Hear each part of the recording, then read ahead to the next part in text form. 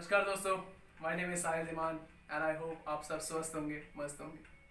वो कहते हैं ना, most of the problems in our life are due to two reasons. Either we act without thinking और think without acting.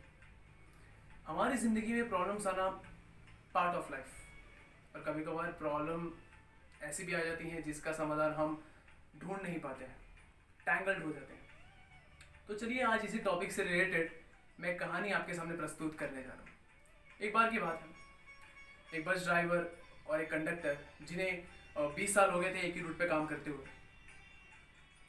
और जो भी पैसेंजर्स चढ़ते थे उनके साथ उनका अच्छा परिचय था। सबको अच्छे से जानते थे, नाम जानते थे, शक्ल से पहचान लेते थे, कब कहाँ उतरेंगे, कब चढ़ेंगे।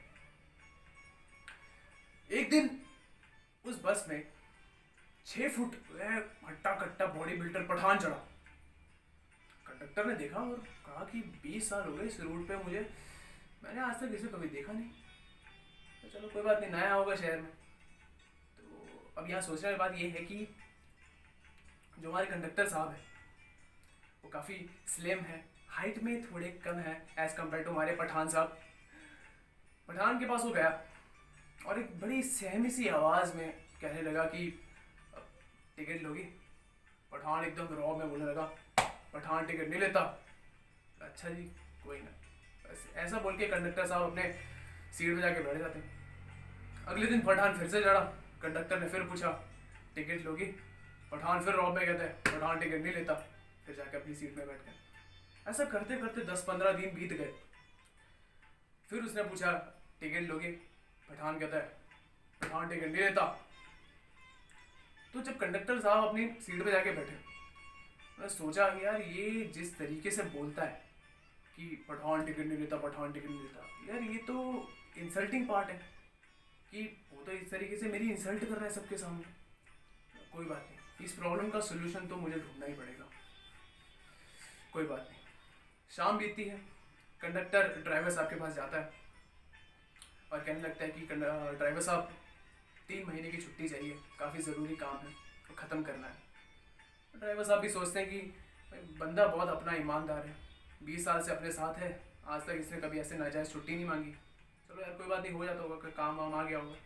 छुट्टी दे दी और कंडक्टर साहब हमारे छुट्टी लेके घर चले आए। कंडक्टर 3 महीने की छुट्टी लेके घर पे आया और जैसे घर पहुंचा उसने एक जिम ज्वाइन कर लिया। ट्रेनर के साथ बैठ के डिस्कशन करी कि कौन से सप्लीमेंट्स उसे लेने हैं, क्या क्या उसे खाना है वगैरह। वो रोज़ सुबह उठता कसरत करता, सप्लीमेंट्स लेता, फिर सुबह उठता कसरत करता, सप्लीमेंट लेता। ऐसे करते करते उसे 3 महीने बीत गए। और यकीन मानिए उसने काफ़ी अच्छा ट्रांसफॉर्मेशन किया था अपनी बॉडी पर। जब वो अपनी ड्यूटी पे वापस जाता है तो वो एक ही लक्ष्य, एक ही एम लेके जाता है कि चाहे आज कुछ भी हो जाए, पठान को आज टिकट देनी ही देनी है। पठान को आज मुझसे टिकट खरीदनी पड़ेगी, चाहे कुछ भी हो जाए। वो देखता है पठान आज फिर बस पे चढ़ा, ये फुल एटीट्यूड में। कंडक्टर साहब हमारे गए उसके पास, भाई टिकट। पठान कहता है, पठान टिकट नहीं लेता। वो फिर पूछता है, वही टिकट। पठान फिर बोलता है, वो बोला ना पठान टिकट नहीं लेता। वो फिर पूछता है, और पठान टिकट क्यों नहीं लेता। पठान कहते हैं, क्योंकि पठान के पास है सरकारी बस पास है, इसलिए पठान टिकट नहीं लेता। अच्छा जी, कोई ना। बस इतना बोल के ही कंडक्टर साहब अपनी सीट पे बैठ जाते हैं, सर पे हाथ मारते हैं तो गिनने लग जाते हैं वो सारे खर्चे जो उन्होंने किए थे। सप्लीमेंट्स के ऊपर 10-15 हज़ार जो गए थे वो अलग, जिम ज्वाइन किया था वो अलग, 3 महीने की छुट्टी ली थी उसकी सैलरी कट गई वो अलग। वो बाप रे बाप रे बाप रे बाप। उसे इतना समझ में आ जाता है कि जिस बात को इतनी बड़ी प्रॉब्लम समझ रहा था, असल में वो प्रॉब्लम थी ही नहीं। इस कहानी से हमें ये सीखने को मिलता है कि प्रॉब्लम्स हम सबकी ज़िंदगी में आती है, लेकिन अगर आप उन प्रॉब्लम्स का समाधान ढूंढना चाहते हैं तो आपको उन प्रॉब्लम्स की गहराइयों में जाना पड़ेगा, यानी उन्हें डीपली एनालाइज करना पड़ेगा। समझना पड़ेगा कि जिस बात को आप सबसे बड़ी प्रॉब्लम समझ रहे हैं, क्या वो सचमुच में एक प्रॉब्लम है या फिर आपके मन का वहम है, जैसे उस कंडक्टर ने नहीं समझा। विचार ज़रूर कीजिएगा दोस्तों। आई होप आपको ये कहानी काफ़ी अच्छी लगी होगी।